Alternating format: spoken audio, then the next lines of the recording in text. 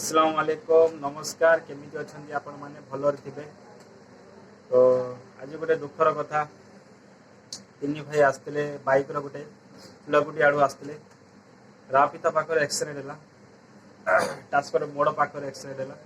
तो गाड़ीटा स्पीड थी बहुत स्पीड थी गाड़ी गाड़ी 100 सेपटे स्पीड थी। तो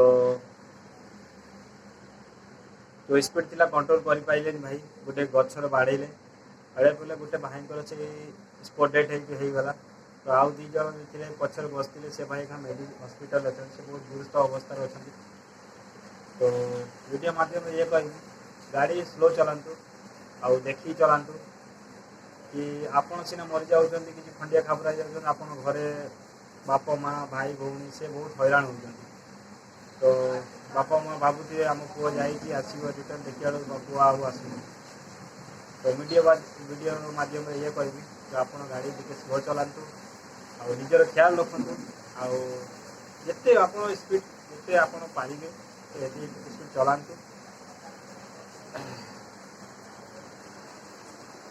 मुझे जो रेंज से देखी जाइए देखी एक्सीडेंटा तो मैंने एत जोर से गाड़ीटा एक्सीडेंट होती 100 स्पीड गाड़ी थी।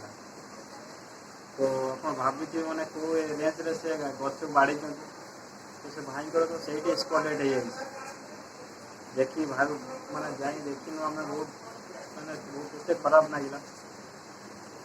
तो से भाई एत बयस भी ना। तो ये सब भाई को मुझे रिक्वेस्ट करुँ आप स्पीड गाड़ी चलातु ना चल किसी फायदा मिलनी आ विशेषकर आप मत जमा पीयंतु ना जिते पीवे आप कंट्रोल जिते करेंगे पी गाड़ी चलातु स्पीड चलातु ना।